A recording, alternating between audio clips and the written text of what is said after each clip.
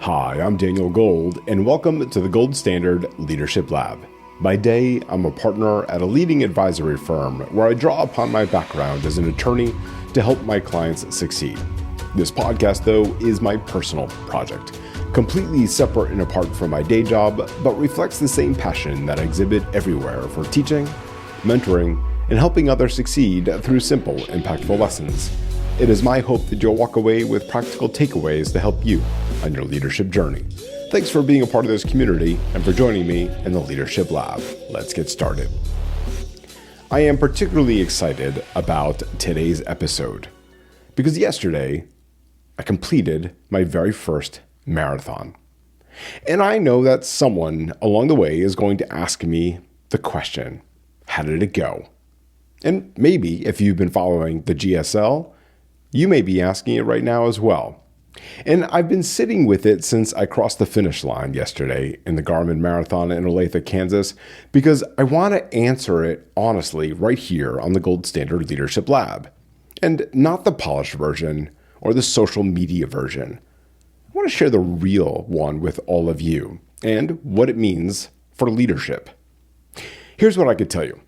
I cleared that finish line and my 3-year goal to say I would run a full marathon before I turned 50, which is in a week and a half. And I did it. A total of 26.2 miles at 5 hours and 27 minutes. Not the fastest in the world. But I'll tell you what, I'm genuinely, deeply grateful for every single step. And I want to say that again because I mean it. Grateful. Not in a packaged way where you say the right thing because someone is watching. I'm really grateful in the real way, where I am just sitting with my very sore legs, calves, thighs, hips, bit of a foggy head still, and I keep replaying the whole experience and trying to let it land, trying to understand what I really just accomplished. And what I just did was finish my first full marathon after 3 years of building toward it. And so I want to talk about that right now. So this didn't start, obviously, on race morning. It started 3 years ago when I said out loud that I was going to run a full marathon after I finished my first 5K. That sentence alone changes something. If you say it to enough people and you write down that goal, you make it real. And now you are accountable for something much bigger than your motivation on any given Tuesday morning. But I did not sign up for a marathon on day one, and that matters. My first year was about base building. I did small races like 5Ks and I did 10Ks. It was really about learning what my body was actually capable of doing. Learning what running even felt like as a serious discipline and not just an exercise. There's no ego about the distances. I just was showing up consistently, building discipline, building something real from the ground up, and being proud of each new mile that I could actually run. So year 2, I stepped it up. I ran some more 10Ks, but this was the year for the half marathons. I finished 2 half marathons, which was my goal. And in the second one, I ran a PR, which I am still proud of. The distances got harder, the training got more surgically specific, and I started to understand what my body was truly capable of when I gave it the right inputs and enough time. So as I was building that in year 2, year 3 came. And year 3 was just about the marathon, all of it. Everything from the 2 years before pointed here. That structure was not accidental, it was intentional sequencing, crawl, walk, run. Now look, others may do it differently, but for me, I wanted to really truly start small before I was doing anything at all. So again, for me, I did not want to skip base building to get to the big goal. Now, some people do that. It wasn't how I was going to operate. As if you are a frequent listener of the Gold Standard Leadership Lab, you know I very much enjoy structure and frameworks, and this was no different. You earn, in my mind, each stage, and each stage earns the next one. And so this was 3 years of showing up. It was early mornings. Long runs that stretched into hours, speed sessions where I was locked in on pace and splits. And I made a lot of nutrition decisions and a lot of gear decisions, more miles that I can easily count, and it all pointed toward yesterday. And here's the thing about 3 years of consistency and discipline that I really want to share. The finish line does not create any of it. Let me say that again.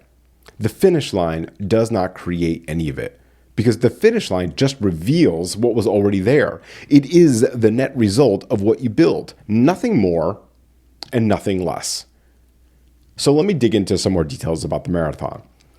My marathon course was not flat. Maybe not ideal for my first one. It was hilly and more than I had accounted for. And somewhere around mile 19 my body and I started having a renegotiation of the contract. And I really wasn't planning for that. My left hip started talking, my right calf joined in, and I had to make a real-time decision. Push through and risk not finishing, or speed walk, recover, and then run up to that finish line. And I ended up speed walking instead of running. And I want to tell you something about those miles, because this is where the story gets interesting to me. I was smiling. I truly was. Not a grimace, a smile. Because even in the middle of speed walking, when I wanted to be running, even in the middle of that course, not going exactly as how I drew it up, I was genuinely happy to be there.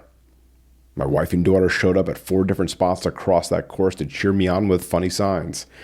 You want to talk about what keeps your legs moving when the plan has shifted and the hills have beaten you out on points? Well, that's it right there. Those moments carried me, and I'll remember them long after I have forgotten my split times. Now, I jogged when I could, and I never got back to my goal pace, but I crossed that finish line smiling, and 24 hours later, I'm already thinking about signing up for the next one. And that tells you something. So now, let's talk about what that has to do with leadership. Here's what I want to spend some time on, because I think this experience is a clean illustration of something leaders wrestle with constantly, do not always have good language for. You create your quarterly and fiscal year plans, you prepare, and hopefully you have set goals that are specific, measurable, and meaningful. You do the work, and then you execute, and the world does not cooperate perfectly with the plan that you built. Maybe you finish at 85% of your goal. That's great. Maybe 75% of your goal. Maybe the course was harder than you thought. Maybe something comes out of nowhere that you could not have ever accounted for. Does that make you a failure? I want to be direct about my answer. No, it does not. And I say that not as a comfort, not as a way to lower the bar for you, but as someone who has watched leaders do real damage by treating an imperfect outcome as evidence of personal inadequacy.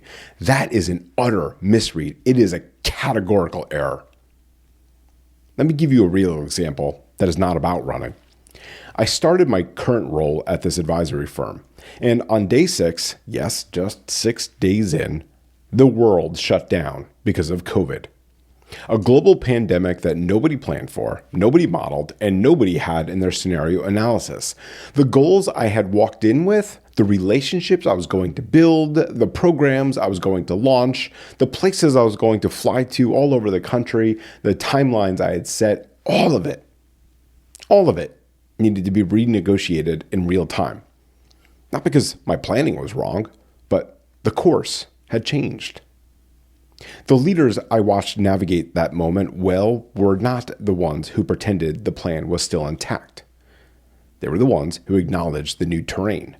They adjusted their pace, and they kept moving forward. They renegotiated terms without abandoning the mission. They walked when they had to walk, and they were already thinking about what the next goal looked like before the current one had fully resolved. That, my friends, is resilience. It's not the motivational poster version. The actual version where you are tired and the situation is hard and you keep going anyway because you know what you built and you trust it. So I want to give you a framework that came to me while I was running yesterday, somewhere in those later miles. You have to prepare like you mean it. Hard stop. This is not just about putting in the hours. Preparing like you mean it means being honest about what the course actually looks like.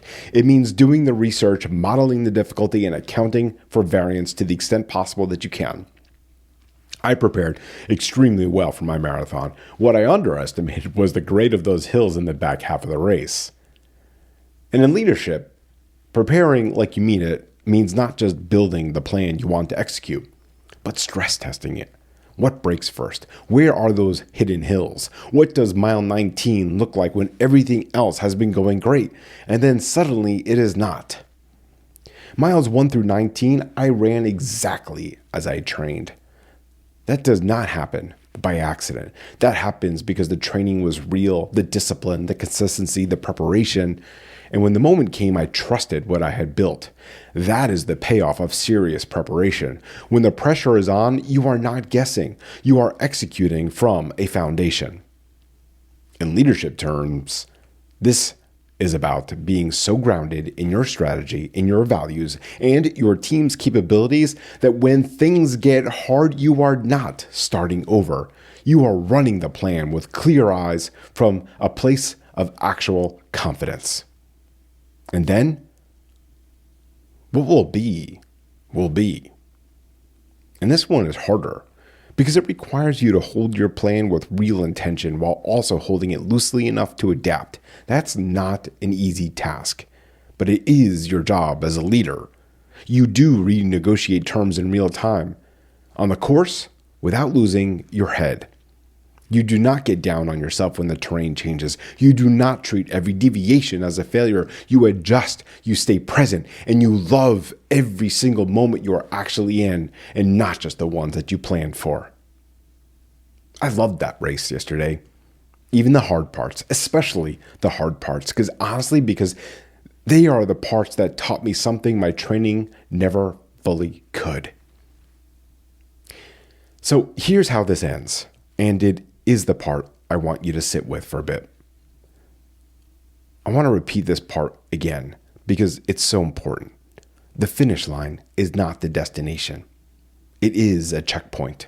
It is the place where you measure what the work built. And then you look up and you ask, what is next?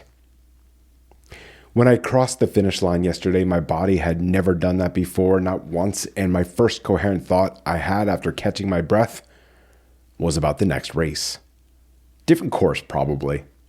Different goals, definitely. And perhaps one that is completely flat. And that is not restlessness. That is growth. That is what it looks like when you finish something hard, take stock of what it honestly gave you, and give yourself credit, real credit, for what you did, and then let that become the foundation for something much bigger. In leadership, the people who grow the most are not the ones who only move when they are certain of the outcome. They're the ones who set a goal and they prepare seriously. They execute with everything they have. They absorb what the experience teaches them and they set a new goal. They do not wait until the conditions are perfect. They do not let a 27-minute gap define a 3-year journey. They finish. They learn. They go again. So when someone asks me how that marathon went, here is my honest answer. It went exactly how a first marathon should go. It was harder than I expected in specific ways I now understand. It was more meaningful than I could have fully anticipated. My wife and my daughter showing up on that course, and that alone made it worth every mile. My body learned something new, and I smiled through the hard parts. And I am already thinking about the next one. The finish line is never the point. The work that we do as leaders, that is the point. The finish line just proves the work was real. And now I just set a new goal. Because remember, leadership, it isn't about perfection. It is about progress. Take this lesson, put it into action, and continue setting the gold standard in your own life and at work. I'll see you all next time.